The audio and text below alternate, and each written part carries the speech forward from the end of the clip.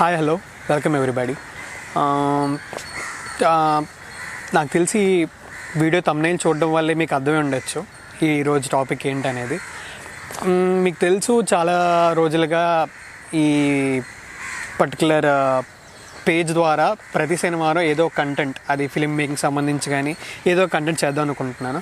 So అలా ఏం చేద్దాం ఆలోచిస్తున్నప్పుడు నాకు అనిపించింది, ఎలాగో నేను ఈ వీడియో చేసేటప్పటికి నేను అనుకున్నప్పటికీ అలాగే టాపిక్ కూడా 10వ తరగతి పరీక్షలు అనేవి జరుగుతూ ఉన్నాయి. ఇప్పటికీ నాకు తెలిసి కొన్ని పరీక్షలు అయిపోయి ఉండొచ్చు కూడా.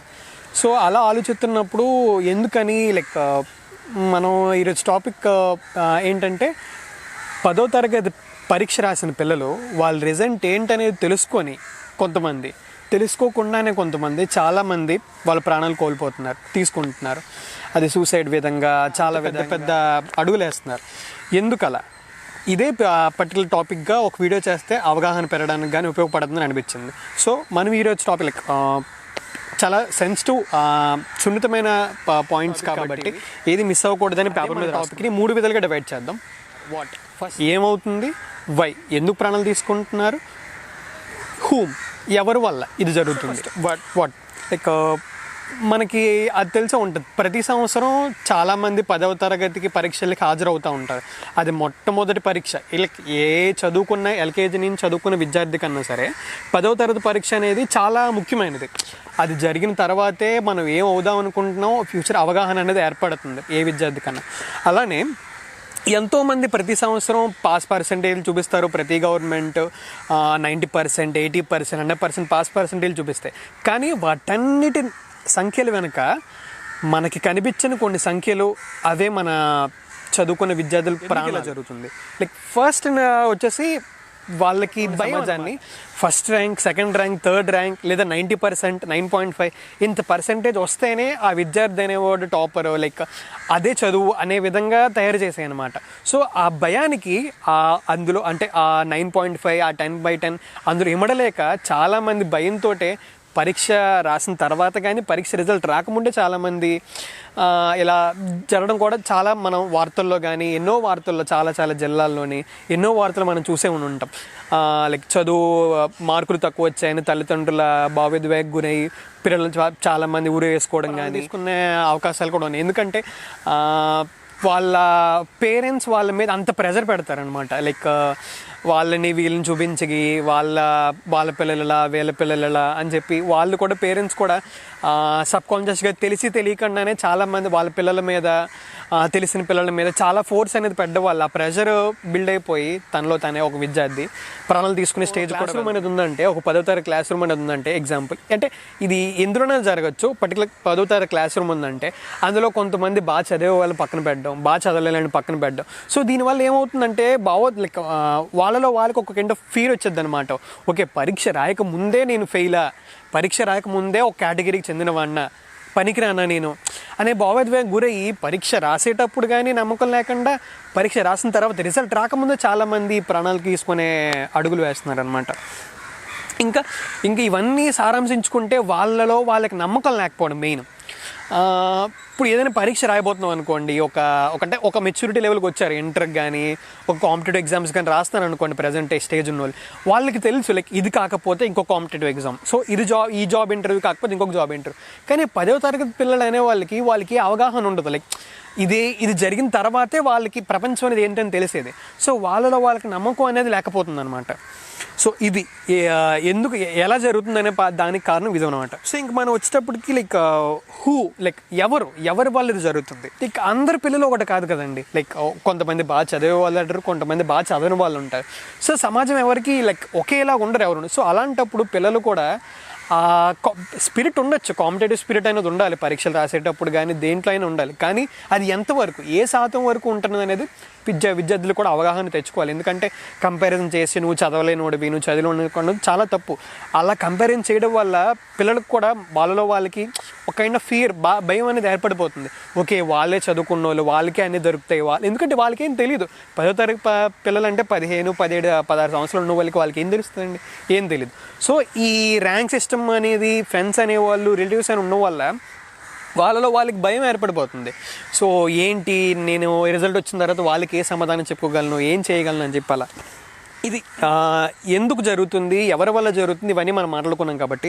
సో సమాధానం ఎందుకు ఒకవేళ ఇవి జరుగుంటే అంటే ఈ ఆలోచన అనేది నాకు వచ్చిందనమాట. కొన్ని ఆలోచన నేను చెప్పాలనుకుంటున్నాను. మన లైఫ్లోని ఈ ప్రపంచంలో చాలామంది ఉంటారండి. 10వ తరగతి అనే కాదు, ఇంటర్మీడియట్లో ఫెయిల్ అయిపోయి 10వ తరగతి ఫెయిల్ అయిపోయి అలా కొంతమంది గొప్ప వ్యక్తుల పేర్లు ఉన్నాయి. మనకు తెలిసిన గొప్ప బిజినెస్ పారిశ్రామికవేత్త ధీరుభాయ్ అంబానీ. ఒక 10వ తరగతి కానీ ఒక సెకండరీ ఎడ్యుకేషన్ అనేది లేదు అతనికి, కానీ కోట్లకు అధిపతి అయిన ఒక దూరదృష్టి ఉన్న బిజినెస్ మ్యాన్గా, వ్యాపారవేత్తగా అతను ఎదిగారు. సచిన్ టెండూల్కర్, క్రికెట్ అనేది తెలిసిన వ్యక్తి ఎవరన్నా సరే సచిన్ టెండూల్కర్ తెలియకుండా ఉండడు. అంత గొప్ప గాడ్ ఆఫ్ క్రికెట్ అంటారు. అంత గొప్ప వ్యక్తి కూడా ప్రాపర్ సెకండరీ ఎడ్యుకేషన్ అనేది, అంటే 10వ తరగతి అనేది అతనికి లేదనమాట. స్కూల్ డ్రాప్ అవుతాను, కానీ ఒక గొప్ప క్రికెట్ అనే ప్రస్తావన వస్తే సచిన్ టెండూల్కర్ అందరికీ తెలుసు. అలానే recent sensation world cup winnowing Hardik Pandya, తను కూడా ఫైనాన్షియల్గా డబ్బులు సహకారం లేక తన చదువును కూడా తన మధ్యలోనే ఆపేయడం జరిగింది. సో అంతేగాని తన నమ్మకాన్ని తన అడుగులు వేసి క్రికెట్ని ఎప్పుడు వదులుకోలేదు. మనం చూసినట్టయితే అతనికి వచ్చిన సక్సెస్ రీసెంట్ విషయాల్లో ఒక ఐఐటి గ్రాడ్యుయేట్కి కానీ ఎవరికి వచ్చి ఉండదు కూడా. తనకు వచ్చిన అంత ఎక్స్పోజర్ కానీ, అంత విలువలు, అంత గొప్ప పేరు కానీ. సో తను కూడా స్కూల్ డ్రాప్ అవుటే.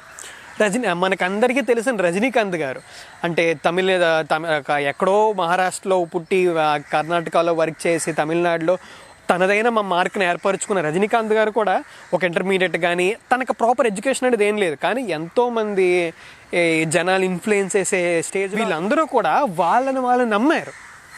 అంతేగాని నేను చదువు మానేసి నేను గొప్పవాడిని ఎక్కిపోతానని చెప్పి ఏ రోజు అనుకోలేదు. వాళ్ళు అనుకున్న ఫీల్డ్ చదువు అబ్బలేదా, వాళ్ళు అనుకున్న ఫీల్డ్లోనే వాళ్ళు అడుగులు వేసి కృషి చేసి వాళ్ళు గొప్ప వ్యక్తులు అయ్యారు. అంతేగాని 10th ఫెయిల్ అయిపోయిన మాత్రం గొప్ప వ్యక్తులు అవ్వ.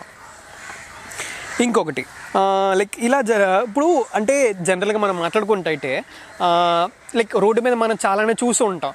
తాగేసి యాక్సిడెంట్ చేస్తారని చెప్పి హెల్మెట్ లేకపోయినా సరే కొంతమంది ట్రాఫిక్ పోలీసులు అనేవాళ్ళు ఒక అవగాహన కోసం వాళ్ళని ఒక కౌన్సిలింగ్ పీరియడ్ లాగా రోడ్డు మధ్య ప్లకార్డులు పట్టుకొని, పేపర్లు పట్టుకొని అలా నిలబెడతా ఉంటారు. ఎందుకంటే చూసే వాళ్ళకి అవగాహన వస్తుందని.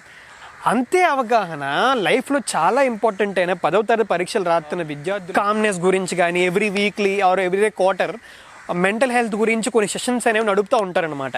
అలాంటి ఒక ఐటీ దగ్గరే అంత ప్రెషర్ అది ఉండేటప్పుడు తెలియని 15 సంవత్సరాల పిల్లలకి ఇది ఒక్కటే నీ ప్రపంచం కాదు, ఈ పరీక్ష ఒకటే నీకు ఎండ్ కాదని చెప్పి కౌన్సిలింగ్ సెషన్ అనేది ఉండాలన్నమాట. పరీక్షకి వెళ్ళే ముందు అంటే ఏ రిజల్ట్ వచ్చినా సరే యాక్సెప్ట్ చేసి కౌన్సిలింగ్ అనేది ఇవ్వాలన్నమాట. అలా ఇచ్చినట్టయితే చాలామంది ఆ రాంగ్ స్టెప్ అనేది తీసుకోరు, సూసైడ్ కానీ అంతవరకు వెళ్ళరు అనమాట. నెక్స్ట్ అంటే ఇది మనం చూసే ఉంటాం న్యూస్ పేపర్లో వాటిలోని చాలామంది తెలియని పసికొందులు 15 సంవత్సరాల పిల్లలు వాళ్ళు మనస్తాపానికి చెంది మార్కులు తక్కువ రావడం వల్ల ఇలాంటి రాంగ్ స్టెప్స్ అనేవి తీసుకుంటూ ఉంటారు. యాక్సిడెంట్గా ఎంతో పెద్ద స్టెప్లు అంటే సూసైడ్ చేసుకోవడం ఇవన్నీ. కానీ మనం అబ్జర్వ్ చేసినట్టయితే ఇలాంటి స్టెప్స్ అనేవి ఏ ఫిజికల్లీ హ్యాండిక్యాప్డ్ అయిన విద్యార్థులు ఇలాంటి ప్రాణం తీసుకోవడం మనం ఎప్పుడు చూసి ఉండం. అలా జరిగి ఉండొచ్చు, అంతగా జరగకపోవచ్చు. ఎందుకంటే వాళ్ళు నమ్ముతారండి. ఎప్పుడన్నా ఒక కాళ్ళు లేని వ్యక్తి కానీ కళ్ళు లేని వ్యక్తి కానీ పరీక్షకి వెళ్ళే ముందే వాళ్ళు జయిస్తారనమాట. అంటే నాకు ఇదేవి లేకపోయినా సరే నేను ఈ సమాజాన్ని సో ఇది నేను చెప్పాలనుకున్నాను. ఎందుకంటే ఇదొక్కటే ఎండ్ కాదండి. 10వ తరగతి పరీక్షలు అనేది ఎవరిని డిసైడ్ చేయలేదు. ఒక పరీక్ష అనేది ఒక 15 సంవత్సరాల పిల్లాడిని జీవితం చెప్పగలదంటే అది చాలా తప్పే అవుతుంది. ఎందుకంటే మనకు తెలియదు వాళ్ళలో ఏ టాలెంట్ ఉందో ఏముందో, ఆ వయసుకి ఎవరు చెప్పలేము కూడా. సో 10వ తరగతి అనేది ఫెయిల్ అవ్వడం తప్పని నేను అన్నాను. కానీ ఆ తప్పుని విద్యార్థుల పరంగా నేను ఒకసారి ఎపీల్ అవ్వడం కానీ ఇంకొకసారి వేరే నచ్చిన దాంట్లో వర్క్ చేయడం కానీ అలా ఉండాలి. ఇంకపోతే ఉపాధ్యాయుల పరంగా కూడా చాలామంది అందరూ పిల్లలు ఒకేలా ఉండరండి. 10వ తరగతి రాసే పిల్లలు class to class, section to section, రో టు రో, బెంచ్ టు బెంచ్ మారిపోతూ ఉంటారు. సో అందరికీ తగినట్టుగా మనం కూడా ఉపాధ్యాయులు అనేవాళ్ళు కూడా వాళ్ళకి టీచింగ్ కానీ కౌన్సిలింగ్ కానీ ఇస్తూ ఉండాలి. సో వాళ్ళ స్టెప్స్ తీసుకోవడానికి కానీ సూసైడ్ కానీ చేయరు. ఇకపోతే పేరెంట్స్ పరంగా సింపుల్గా మాట్లాడుకుందామండి. ఒక సైకిల్తో దింపే నాన్నని వాళ్ళ పిల్లలు ఎప్పుడూ నన్ను కారులో దింపినా బైక్లో దింపినా అడగరు. అలాంటప్పుడు మనం ఎవరమండి పేరెంట్స్గా వాళ్ళని 10% తెచ్చుకో, 100% తెచ్చుకో, 10 పాయింట్స్ తెచ్చుకో అని అడగడానికి? మనం 100% బెంజ్ కార్లు తిప్పలేనప్పుడు వాళ్ళని కూడా మనం అడగలేం కదా 10%, లేదంటే బెంజ్ కార్ తెచ్చుకొని పిల్లల్లాగా మార్క్స్ తెచ్చుకొని అడగలేం. ఎవరికి వచ్చింది ఎవరు చేయగలిగింది వాళ్ళు చేయగలరు. అక్కడి నుంచి ఎంత నేర్చుకున్నది అనేది పాయింట్. సో అదనమాట. సో ఇది లైక్ ఈ వారం చెప్పాలనుకున్న టాపిక్ ఇది. సో అంటే ఇది ఒక్కటే ఎండ్ కాదండి, దీని ద్వారా ఏం చేయగలం అనేది విద్యార్థుల నుంచి కానీ పేరెంట్స్ కానీ టీచర్స్ కానీ వాళ్ళతో మాట్లాడాలి. సో దానివల్ల ఏంటంటే సరే ఇది ఒకటే ప్రపంచం కాదు, 10వ తరగతి పరీక్షలు ఒకటే ప్రపంచం కాదు అనే అవగాహన వాళ్ళకి వస్తుంది. ఇలాంటి రాంగ్ స్టెప్స్ అనేది వేయరనమాట. సో మీకు తెలిసినంత వరకు ఇలాంటి టాపిక్స్ కానీ లైక్ ఇలాంటి సెన్సిటివ్ టాపిక్స్ కానీ మీరు చెప్పాలనుకుంటున్నారు, లేదా మీ సమాజంలో చుట్టూ అంటే మీ నాన్నగారు ఫర్ ఎగ్జాంపుల్ మీ నాన్నగారు కానీ మీ వీధిలో ఉండే ఏదైనా కూల్ పని చేసుకున్న అతను వాళ్ళ గురించి మీరు చెప్పాలనుకుంటున్నాం అంటే కింద కామెంట్ సెక్షన్లో చెప్పండి. లైక్ వాళ్ళు కంపల్సరీగా వీళ్ళ గురించి ప్రపంచం తెలుసుకోవాలి, ఈ కష్టం అందరికీ తెలియాలి వాళ్ళ గురించి అని మీరు చెప్పాలని కామెంట్ సెక్షన్లో పెట్టండి. వాళ్ళ గురించి నిజంగా ఒక టైప్ ఆఫ్ వీడియో కానీ డాక్యుమెంటరీ కానీ ఏమైనా చేద్దాం. లైక్ సమాజానికి వాళ్ళ గురించి అవగాహన రావాలి.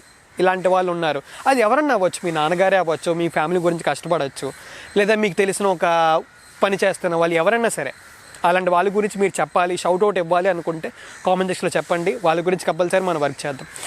సో ప్రతి సాటర్డే ఇలాంటి టాపిక్తో మళ్ళీ ముందుకు వస్తాను. అంతవరకు మీరు ఎవరైనా ఇలాంటి విద్యార్థులు కానీ స్టూడెంట్స్ కానీ ఇలాంటి మనస్తాపానికి చెందిన వాళ్ళు ఉంటే కింద కామెంట్ సెక్షన్లో డిస్క్రిప్షన్లో ఒక నెంబర్స్ అనేవి ఇస్తాను.